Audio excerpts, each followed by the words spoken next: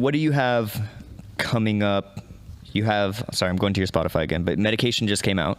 Medication came out. I think I put that one out maybe like last month, and then I had one since called Breaking Up. Oh, I'm sorry. This is the EP. Yeah, sort of. So I've been releasing them where like I just stack the previous releases with the new release, Gotcha. and so it ends up every time I put out a new song, the next thing that auto plays is all my last stuff. Oh, nice. And so like That's dope. Wait. So like when I put out, so let's say I put out If You Want to Leave, right? And then the next song I do, let's say it's Medication. I think it was. Yeah. I release it as a 2-song set.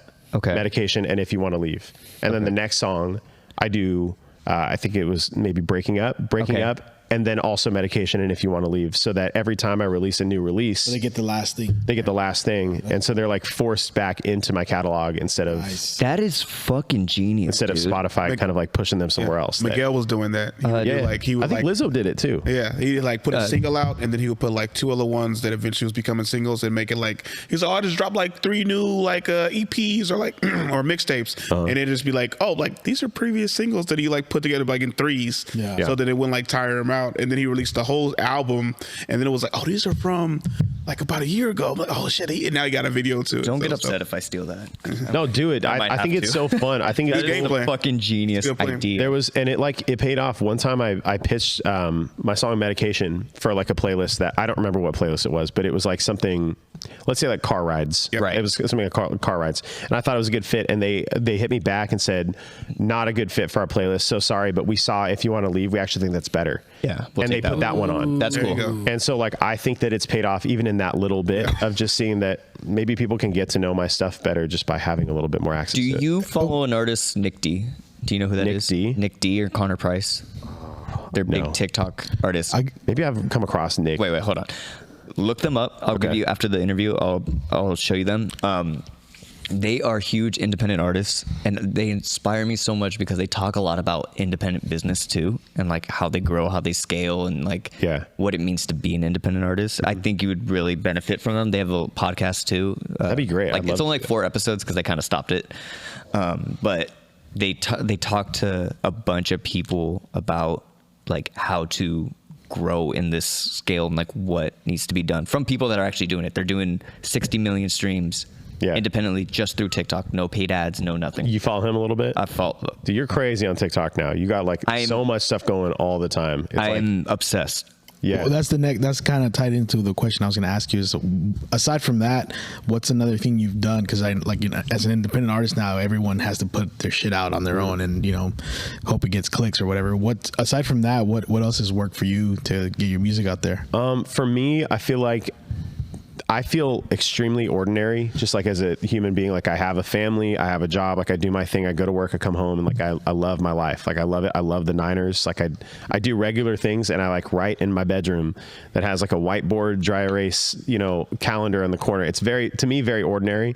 And so I feel like now in solo stuff, I kind of want to lean into just who I am as a person without like the bells and whistles as much. Yeah. And so for me, what seems to be working is like when I just grab the guitar on a whim, come in from the garage, like grab the guitar and then just like do a verse of that song, and I just put it up and I don't think too much about it. Mm-hmm. I feel like that works for my, like whatever my demographic is. Yeah. They like seeing like a in my opinion, regular, just super ordinary person playing their music and like putting it out there. Yeah. And I do feel like, I say this with love, you make me feel bad on TikTok because you're so good at it. Like you do so much stuff. So it reminds me like, oh man, I should probably do this more.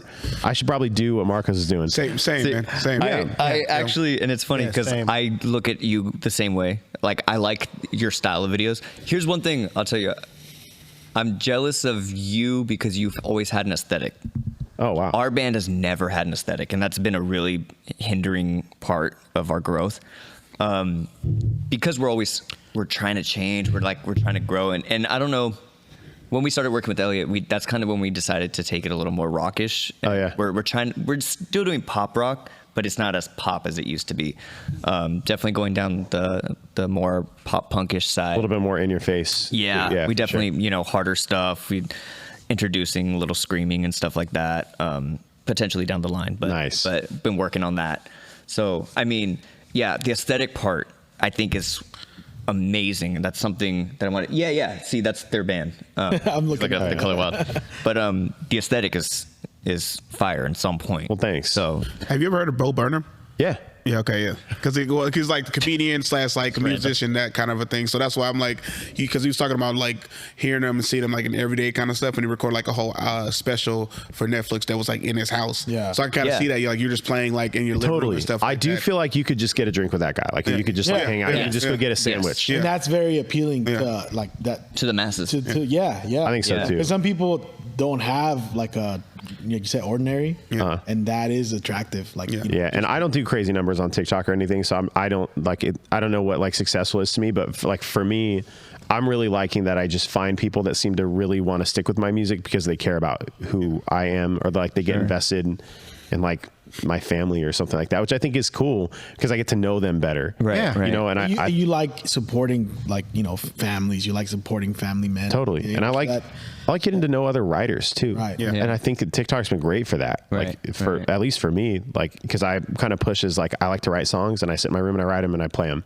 Right. And so like other people like that find me and then I find them and now I'm inspired by them. And it's like this community that you're just building over time. Right. Do you write the whole song, or it's just like a last minute thing that you put all of a sudden that you got to put out?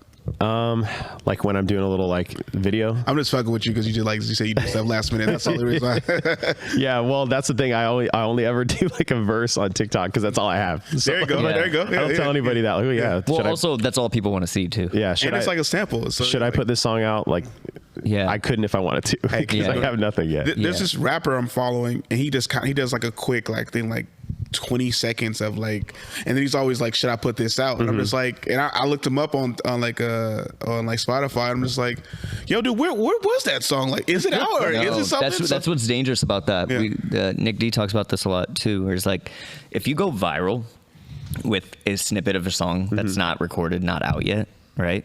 You're fucked. Yeah. Because that song, like especially as an independent artist and smaller artists like us, you need every click you can get. Oh, yeah. Right? So like if you're like, oh man, I don't know if I should put this song out. It gets 11 million views or whatever. You're like, all right, I have to go record this song. By the time it's recorded, mixed and mastered, you are 2 months late. Old news, yeah. Old news. They like maybe half of those people will do it, and then the other half of that half is gonna go actually stream it.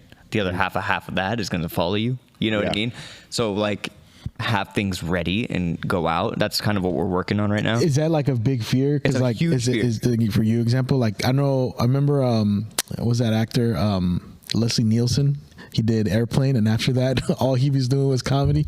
Like that's like once you get like famous for something, then that's like you're stuck doing that. Yeah, 100%. King of one-liners is what they were saying. He was in a recent Hard Knocks episode, Back to Football, stuff like that. And it was you guys, because like everybody in the room was like young. He was talking to the quarterback, said, you guys need to know who this guy is because he's the king of one-liners. So they show him walking into a room, and he's like gotta find it. He's like open the drawer, he's like bingo, and he pulls out a bingo card, and I was just like, oh my god. There's no shit like that. I mean, but like, even with like comedian stuff like that, like Chris Tucker, right? Blew up on Def Jam off 2 sets, right? Yeah. Michael Jackson and I forgot the other one. Yeah, and he's I'm Coming Mama and stuff like that. And they would say like he got a tour, and then like this tour for Chris Tucker, he did 7 of his total 15 minutes that he had of his set on that Def Jam comedy tour. So he surrounded himself with like other comedians who had like full 30-40 minutes. So I'm like, it could be done, but it's just like you kind of got to know Crunch time. Yeah, crunch time. Yeah. And also with the procrastination, I believe you. I think you can do it. Like, Yeah, man. us procrastinators got to stick together. Yeah, man. Can you believe the Voice Party has had merch this whole time and we neglected to tell anybody? T-shirts, hoodies, bath mats, wall clocks, throw pillows, even mini skirts. We will throw our logo on absolutely anything. Click the link in the description below and pick you up some Voice Party merch today.